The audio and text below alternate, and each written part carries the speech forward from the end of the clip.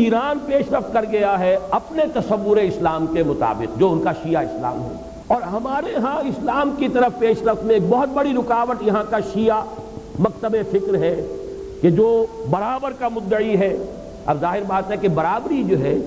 وہ law of the land کے level پر تو دو قانون نہیں ہو سکتے ملک میں، کسی کو اشتباہ نہیں ہو سکتا۔ اس اعتبار سے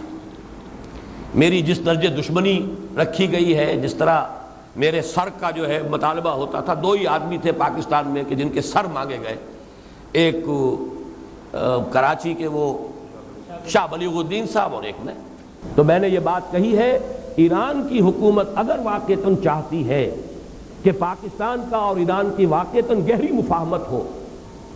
تو پھر یہ ہے کہ انہیں جو بھی ان کے گڈ آفیسز ہیں، جو بھی اثرات ہیں بروئے کار لا کر پاکستان کے اہل تشیع کو اس پر آمادہ کرنا چاہیے کہ وہ یہاں وہی صورت اختیار کرنے کو تیار ہو جو سنیوں کو ایران میں دی گئی ہے۔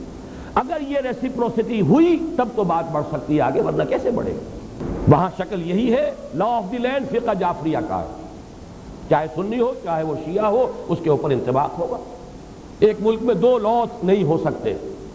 قانون ملکی تو ایک ہی ہو۔ ہاں پرسنل لاء میں سنیوں کو اجازت ہے، نماز جیسے چاہے پڑھیں، روزہ جس وقت چاہے رکھیں، جس وقت چاہے کھولیں، اپنے نکاح طلاق کے معاملات آپس میں جس طرح چاہے کریں، انہیں اختیار ہے۔ بعین ہی یہی پوزیشن اہل تشیع کو یہاں اختیار کرنی چاہیے۔ نہیں کریں گے تو ہمیں معلوم ہے کہ بہرحال یہ مائنورٹی اتنی تو نہیں ہے کہ اسے بالکل نظر انداز کیا جا سکے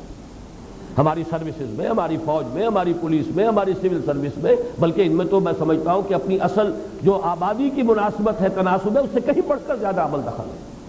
تو یہ بہت بڑی رکاوٹ ہے، کاش کہ ایران کی موجودہ حکومت جو ہے وہ اس بارے میں غور کر سکے سنجیدگی۔